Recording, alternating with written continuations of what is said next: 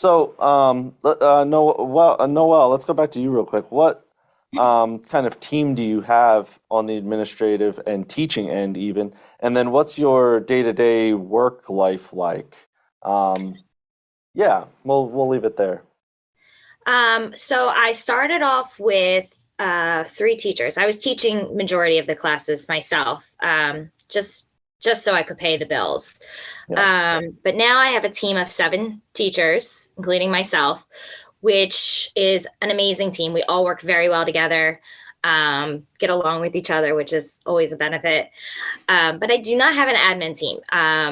I am a little bit of a perfectionist, so I tend to do a lot myself. Ads, payroll, emails, everything is kind of done on my end. So before I had Emma, I was, who's 5 months. She's my newest addition to our family. I was working, I'd get up in the morning, take the kids to school, and then I would work from 9 a.m. to about 3 p.m. when they got off the bus, just constantly on my computer, scheduling everything I could possibly do at home so that when I'm going to the studio at 4 o'clock, I can just focus on teaching and talking to the parents and building the community that I want at the studio and not sitting behind a desk trying to get the work done. So it's a full-time job on my end, and I'm okay with it right now, although I am discussing with another teacher possibly making partner to take the workload off of my hands. So we would kind of split the jobs. And she's someone I can absolutely trust. She's been with me from day one, so she knows my values and what I expect the business to do going forward. So I think that'll be a huge adjustment for me next year, not having full control. But I also think it'll be helpful because I do have a family of 3 kids and they come first. I don't work on the weekends. I have learned, especially during COVID, is when I started turning off my phone on Saturday and Sundays. I don't look at my emails. I make it a point to spend time with my family on the weekends and respond to whatever my parents need on Monday morning. But that was an adjustment for me. I kind of wanted to always be like, let me answer them right away. I don't want to lose them. But, I've learned definitely through COVID that, family is important to me.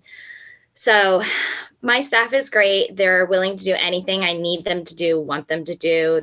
They jump in. They're there with me all day at recital, doing whatever I need them to do, which was hard for me at first because I, again, wanted to do everything myself. And I'm really learning to be like dictating jobs, which is very difficult for me to do. But it's also very helpful because I can't be in 20 places at once. So yeah, I hope that answered your question. It does, and I totally get it. We're sort of in the same boat in terms of, especially me personally, needing to let other people do things, and I think part of the problem is that gets reinforced when you do ask someone to do something, and then you just have to go back and fix it yourself anyway. And it's like, okay, well, we just wasted both of our times, and so now it's like, okay, well. Do I really need to give other people jobs? Because Yeah, but absolutely. but the answer is yes, because you also can't grow past a certain point. It doesn't scale past a certain point if you're the only one doing the work. So yeah, I totally get that. That's a tough thing to overcome. Diana, what about you in terms of your day-to-day and your staff in terms of admin and or teaching staff? Same thing. I was the only teacher and admin my first year. I think it was like just something crazy, 28 or 30 classes a week that I was teaching, just trying to get students in, and I couldn't afford another teacher. Right. But right now we have a staff of 8, and I've just like Noelle, I'm still doing the admin work myself because I am a perfectionist. I know how I want things done. I know when I want things done. I don't like asking people for help, especially like you said, if they're not going to do it the way I like it. So that's kind of hard for me to let go. But I am teaching 6 days a week and still, yep, just like the same thing. I would say about like 11 to 3 p.m. I'm on the computer doing errands, since we're nighttime employees, we have to do our personal things during the day too, go to the doctor, run our personal errands too. So probably, about 11 to 3, I'm on the computer doing those things. And then at night, just teaching. I tried to scale back this season by teaching one class on Monday. And that's a big help. I mean, like that was a milestone. But hopefully, I have the weekends off one day, and Right. I'm just trying to, I guess, give more classes away. My passion is the teaching part.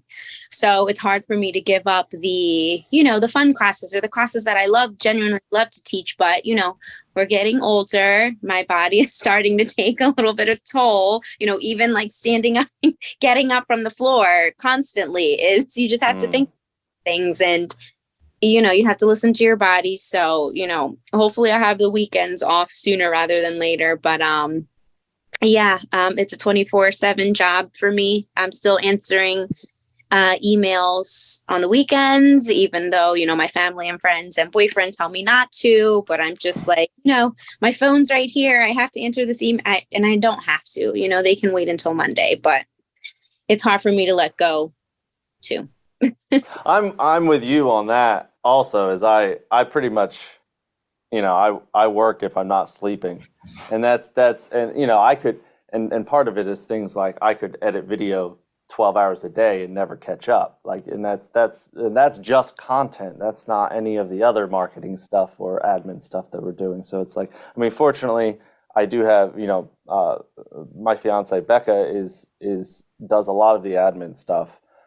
And so she typically manages parents, like she manages the email account ultimately, and I do I do pretty much all the content and marketing stuff. But I'm with you where it's like, especially when we started off, it was like, I want to teach. Yeah. Like I don't want to do all, like that's I'm in it for the teaching, and and don't get me wrong, I actually do enjoy the business stuff also. And I imagine it was an advantage for you, Diana, going in with the mindset of understanding what the business end was going to be like, at least up to a certain point. And so I imagine that was helpful. But I know for me, it was like, it took me several years to like figure out that how to do both and how to manage being able to do both effectively. I'm still trying to figure it out.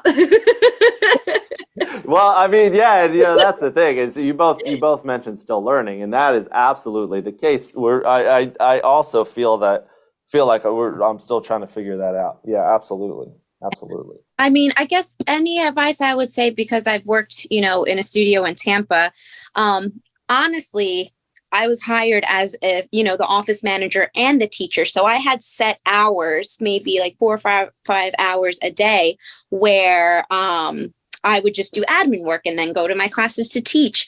But sometimes I found myself, sitting there with nothing to do because, let's say, certain times of the season we're working on recital or picture day or this or that, but not all the time there was a lot of things for me to do. So I guess that's another reason why I don't hire an admin person, because I'm like, well, I don't want to pay you, for just sitting around like I used to do.